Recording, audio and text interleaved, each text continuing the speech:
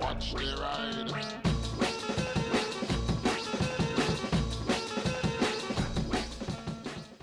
Hey everybody, hope you're all doing alright out there. Very quickly before I get into the subject of this video, the reason I'm up at the hospital is because in this past week my 78-year-old disabled, elderly and not very well mum took a little bit of a turn and I wasn't very happy about it, so we got the doctors out and I think she had a returned infection and they basically didn't agree with that eventually, and unfortunately that is the case because she got lightheaded last night and fell over and dislocated her ankle at the same time. So she's now in hospital for a while. Now the reason I bring this up is because this is what this video, well, it's not this is what this video is about, but this is part of it. You know, this video is about not wasting time. There's basically a lot of big things coming up for me in the next few months. I turn 40 in December. In November, me and Reno have been together for 10 years. And I've got some other big stuff coming up that I'm going to be talking about because, you know, you've got to do what you've got to do. So obviously as you approach 40, and you have a lot of problems in life and things happen, you know, like YouTube's doing some weird stuff at the moment. I'm sure more information will come out, but me feeling like things are changing and the way that stuff's being distributed and channels are shown is turning out to be true. But I'm not going to go and moan about that. I want to talk about stuff that's more helpful to people, because that's really why I started YouTube, you know, 15 odd years ago now. And at first it was literally because I wanted to do some video editing because I'd never done it before. And I had a bike, so I thought, you know, I'll make videos on bikes because the motovlogging thing had just sort of started out. A few people were doing it. I thought that'd be a cool thing to do. And then that led into making videos to help people get onto bikes. So maybe I'm having midlife crisis-esque thoughts, but I've been thinking a lot of stuff, and I want to give some advice to you guys if you're younger than me, say you're in your 20s. There's some things I think, had I being your age, I would have wanted to hear. And I can admit here as well that I know that me at 20 probably wouldn't listen to me now. So let that just be known, you know. But here's some things that I've learned along the way. The time between 20 and 40, you think, because obviously it's double your lifetime, you think it's going to be a really long time. And it does feel like it will be a really long time, because, you know, if you're 20, that's your whole entire life. My entire life again? That's forever. Well, forever is not the same as 20 years when you're 20. Things do go faster, things do speed up. You know, proportionately, the longer you live, 10 years is less and less percentile of your life.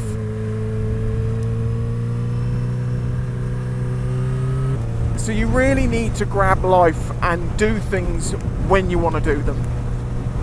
You know, it's not always easy. Sometimes, you know, you might have to get a few things in line, but, you know, like getting a bike or starting a new career or doing something different, whatever it is you want to do, there's a set of steps towards doing that thing. And, you know, some people say, oh, I want to get a bike but I can't afford it. Well, then you know there are steps towards that, like what work you do, saving up, things like that. And the faster you do those steps, the quicker you will reach your goals. And I know that sounds easy to say and obvious almost, but if you use that mindset of like, I really need to work, if I want to get to this thing, I really have to work towards it, you're much more likely for that scenario to actually work out. So if there are things in your life that you want to do, you really do need to just start working towards it now and do as many steps as you can towards that thing. Even if it's, you know, just a few bits here, a few bits there, you're getting towards your destination. You know, walking around the world is a series of very small steps, and they've got to start somewhere. Now, a good example of this is, I don't know if my channel would be as big as it got if I'd started later. Is it talent? Is it timing? Maybe it's a bit of both, but I do think the timing of when I started my channel really, really helped the chance I had to grow and do what I'm doing now. And it also took for me to work split shifts in a pub, you know, 8 in the morning till 2 in the afternoon, 4 till 11, 12, 1, depending on what time of the year it was. And then in between that, I would film and edit and, you know, not sleep much, etc., working towards my YouTube channel. As it grew and monetization became a possibility, because remember in the start of YouTube that wasn't even a thing. When I started, you couldn't earn money through YouTube. But as it came along and things grew, it started to, like, this idea that I could do YouTube as a full-time job started to grow. And I worked towards that and worked towards that and worked towards that. Then I had a crash, and I'll be honest with you, I got a bit of money out of the compensation from that crash that meant I had a little bit of money in my back pocket. They gave me the opportunity to maybe have a year to try something. And I'll tell you what happened the day I quit my job and went full-time on YouTube. And you can see a video I made called I Quit that is from that time. I did not like my job as a chef, and I complained about it in videos a lot, as you'll know. But I didn't complain about it as nearly as much as one of the dudes that I worked with. It was difficult to work with him because when you're in a bad situation, you just, you get together with your mates, you work through it, you have jokes, and it makes it livable. You can be a hellish situation, but it's livable. But he moaned and moaned and moaned and always brought the team down, never really became part of the team because he was always just this one moaning and whinging at everyone else. Even though he'd made mistakes, he missed things, but he'd never admit that was anything that he ever was wrong. So as I say, he moaned a lot about the job. And I had some holiday. I was off for 2 weeks. I obviously didn't go on holiday, didn't have the money to do that, but I spent 2 weeks doing videos. And things were going really well around this time. Even though a lot of people, people I knew, friends thought what I was doing was stupid. Like, why YouTube? Why'd you do that? That's weird. People thought it was weird back in the day. It's funny how things have turned around. Businesses thought that YouTube was a complete, whatever thing, even though now nearly all marketing is tried to look like it's influencer marketing or YouTuber marketing, even mainstream stuff, which is cringy as hell, but it just proves how they've changed. But the thing is, they did work with influencers and YouTubers and stuff like that in the beginning, and then they found out some of us were honest, and they were like, shite, right, we need to get ones we can pay off, and we just do stuff ourselves that looks like it, but it isn't really. Anyway, I've digressed from my story. I had my 2 weeks off. And when I left the kitchen, this dude was in his section whinging and moaning, and I came back after 2 weeks and I walked through the door, and I could have just walked out and walked back in immediately, like with 1 minute difference, not 2 weeks. He was there in his section whinging and moaning about the same stuff, and it was at that point I had a sudden realization. If you don't do it now, you may never do it. So I walked into the office, I got a piece of paper, I wrote down my resignation, which was very, very simple. Date, time, name, I'm leaving, bye, here's my last date, and just gave it to them. And the relief I felt at that point was amazing, and I was floating on air at that point, knowing that I wouldn't have to keep dealing with this forever. Even if, things didn't turn out great, there was now an opportunity that they would. And I'm really, really, really glad I made that step, and I took that moment to not waste time and to just start the process. Just go now, do this. And do you know why I say that? Because it has been very nearly 10 years since I quit my job as a chef, and that dude still works in the same place, and I'm sure he still moans about it every single day. And I look back on my life and what I've done in the last 10 years, regardless of how my channel's going now and what I might have to do in the future, the opportunities that it gave me, the things I got to do, you can see them through 2,500 videos nearly. I got all that life, I got all that experience, I got all those opportunities. And sure, I didn't end up being a multi-million subscriber channel. I didn't make loads and loads and loads of money. In fact, mostly lost all my money. I have very little left, which is going to lead on to things I have to do in the future, but I'm not talking about that in this video. I got the opportunity to do all this stuff because I said, no, I need to go and do that. And it's also beneficial that at the moment, obviously, where I've been working from home and being the main carer for my mum, I'm around when I need to be. If there's an emergency, I'm not stuck in an office, not able to get to them. And I do really worry about the older generations in the future, about who's going to care for them and what's there, because things are in a mess right now with the NHS and stuff. But it has meant that I've been able to do that. And even if you do something for an amount of your life, the experiences that it gives you, the things that you do throughout that will be there forever throughout everything you ever do from this point onwards. And I just think, what if I'd not made that step? What if I'd not made that jump? What would have happened? Not what has happened up until now. A lot of the reason people don't go to do something different, make a risk, do a change, is because of fear, anxiety of things going wrong, failure, all that sort of stuff. Well, I can tell you this much: I've tried things and I've failed at so much in life. But if you're not failing, you're not trying, and if you're not trying, then you're living. I mean, maybe you've got yourself in a situation where you love your job and everything's going great, but maybe you want to get a bike and you're not sure about doing that. Just bloody do it. Get a CBT, get on a 125 and have fun. And maybe the thing you want to do is a few steps away, but if you don't start that first step, you're never going to reach the thing you want. And I know it's very cheesy to say, if you set your mind to it, you can do it, because I will say here that hope can be one of the biggest lies in the world. You can live on hope, and I think at times it can become cope. But if without it you don't have the power to try and do things, well, then obviously it's very powerful. 20 will become 30 very fast, 30 will become 40 very fast, and 40 will become 60 very fast. I realise this. I know 20 years is a long ass time, and you can get a lot done in that time. But it'll also be here before you know it, which is why I have to think about what I'm going to do, what I want to do in the future, where things are going for me. The commitments I have in life, which, like looking after my mum, and how that's going to get worse in time, and the things that happen around that is... As you can tell, this past few years has been stressful. It's been difficult. But I'm not sad about any of the things that I've done, but I'm really glad that I've done the things that I have. I'm glad I've had the opportunities I did, because it's leading to things which might lead to other things that are good. Would I like to stay doing YouTube forever? Sure, that would be amazing, but I'm aware that's not going to happen. And I'm not sure if a lot of YouTubers realise that we're getting older now.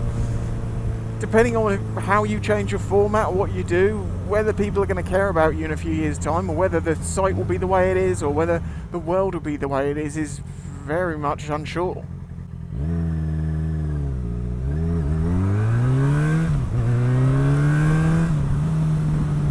And quick action and balls are important to get the things that you want. They don't just come to you on a plate. You really do have to fight for them, and sometimes it feels like the game is completely rigged against you.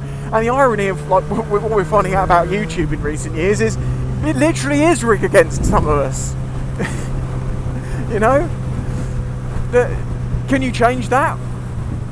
I mean, if I can get a hold of Mr. Google and explain what he's doing, and he'll just go, yeah, but money. I want all the money. Well, can we have could you be slightly less ridiculously rich and let some people have that are doing a lot of the work to make your money, get just a little bit more of it, be looked after a little bit more, maybe they've got a little bit more protection. No, okay. Thanks.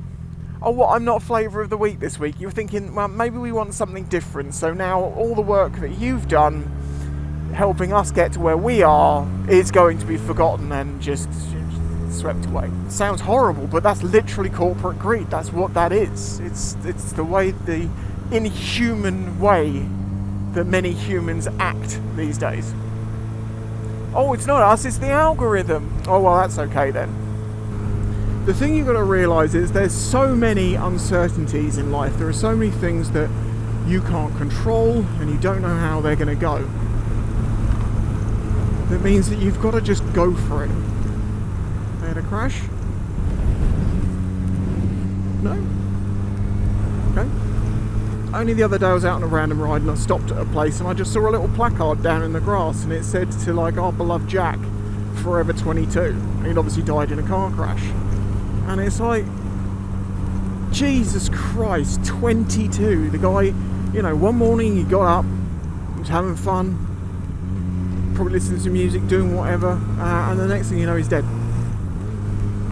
He could have had another 60 years of life.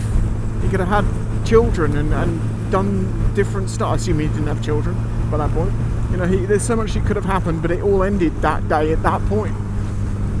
And, that in some ways can make people very fearful about, don't take risks, don't do things like ride motorbikes.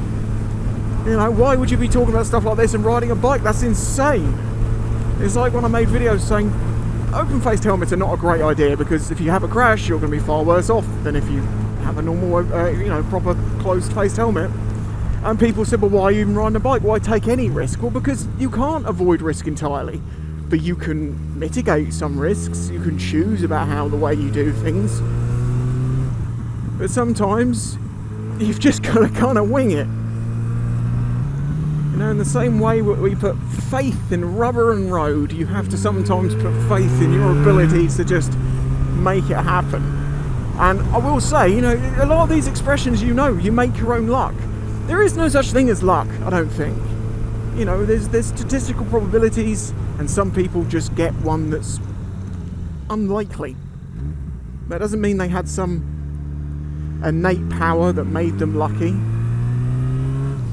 But a lot of the time, if you don't try, you're never going to succeed. Like, if you don't enter the lottery, you could never win it.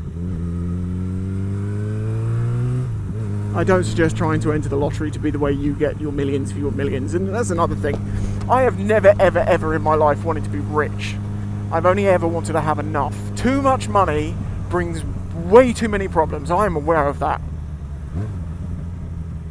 All I've ever wanted was to earn enough to have a place to live, be able to feed myself, have fun, and just, live my life in a way that I find fulfilling. That's one of the reasons I chose to never have kids.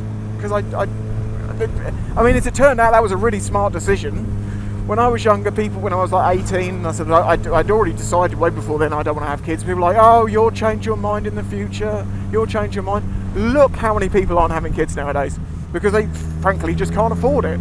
And I was brought up in a single parent family that didn't really have enough to make ends meet. We did what we could do, but I'm not complaining about that. That's the reason I am who I am. That's the reason I'm so resourceful. It's why I've learned to fix stuff. It's why I've learned to be independent. It's why I don't need a lot of things. To the point like, I'll show you my vans in a coming video and about how I make things last, because it might be old and broken, but they still work, damn it. There is a level to that though. I've waffled a lot. I realise this, and there's more I could say. When I edit this, there'll be things I wish I said. But I guess one last thing is to say that you do need to find a balance. When I used to work towards my goal, I would then find maybe I should go and do that thing for myself that isn't working towards the channel growing. And I wouldn't do it because, that's time wasted, because you can do this thing over here. And after a long time of doing that, you realise, but then I'm just doing this whole thing, and now I'm working to feed the beast, as it were, without ever getting any fun or enjoyment. So that's where I do things like metal detecting. But a few years ago, I saw a quote from Hank Green. And I will say this here, Hank, if you ever see this, thank you, my friend, you changed my life, because it made me see things differently. It took that guilt away from doing things for myself. And here is that quote. And obviously the sentiment of this is that you can't be happy if you're only ever working. You've got to do some things that aren't about the end goal sometimes, which I know in a video that I'm saying, just do it, work towards it, you have to do it, is counterproductive, but it's not. It's all part of the process, Part of doing is failing.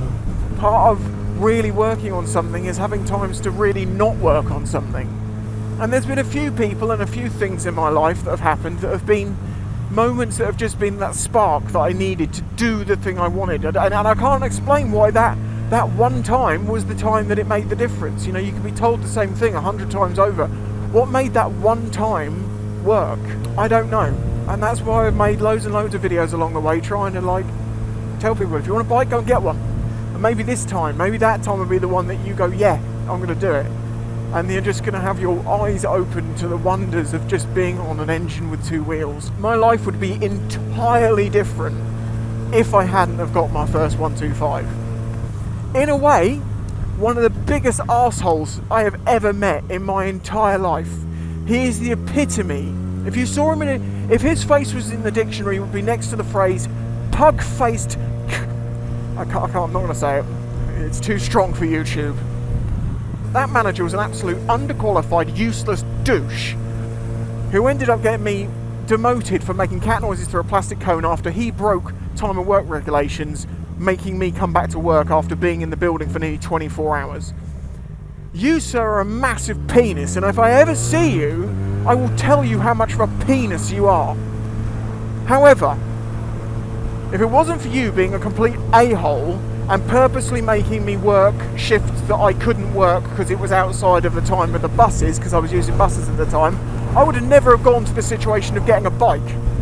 I've ridden bikes since I was younger and I'd always fancied the idea, but when it came to like, well, you either lose your job or you get a bike, I was like, right, I'm getting a bike then, and I bought my first 125, a cheap 125. You know, Betty, my first Chinese 125, which people slated and told me was awful.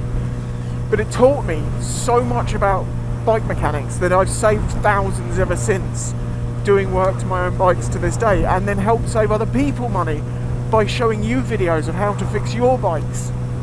It put me on a bike, which meant I had the opportunity to try and learn video editing and do motovlogging, and then that grew, and that meant that I could do what I've done for the past 10 years. Some of the worst situations in my life have led to some of the best. And like with my mum, who ignored a lot of health things for a long time, didn't try and better her situation against the better, information and advice she was given by family. She's now dealing with being very unwell and having a lot of health conditions and stuff, where I see other people who are 10 years older than her walking down the road, going to bowls, going to the coffee morning and stuff like that. She's not doing that because of the decisions she made in life. And I can't change what she did. No one can. So you just look at what you can and draw what you can from it. So if I am having a midlife crisis, about to turn 40, looking back at everything, regrets, things I enjoyed, things I was glad I did, that is what I've drawn out of this, is that if you want to do things, you have to do them, and you will get setback and you will be knocked down. But if you don't give up, you'll eventually get ahead. Life can be a nightmare. People can make it amazing. Oh, Jesus Christ. Life, man. It can be really hard, really hard. But then again, some people make it worth it. Some things make it worth it. If you like the video, subscribe if you're new here. If you enjoy what I do, please consider supporting me through Patreon or YouTube memberships. You can also give me one-off donations to support the channel through PayPal, and a huge thanks to some of the people that have been doing that in recent months. There's only been a few of you, but every little helps, and it really does help to keep making videos while I can at the moment. I'll catch you on the next one. Bye bye.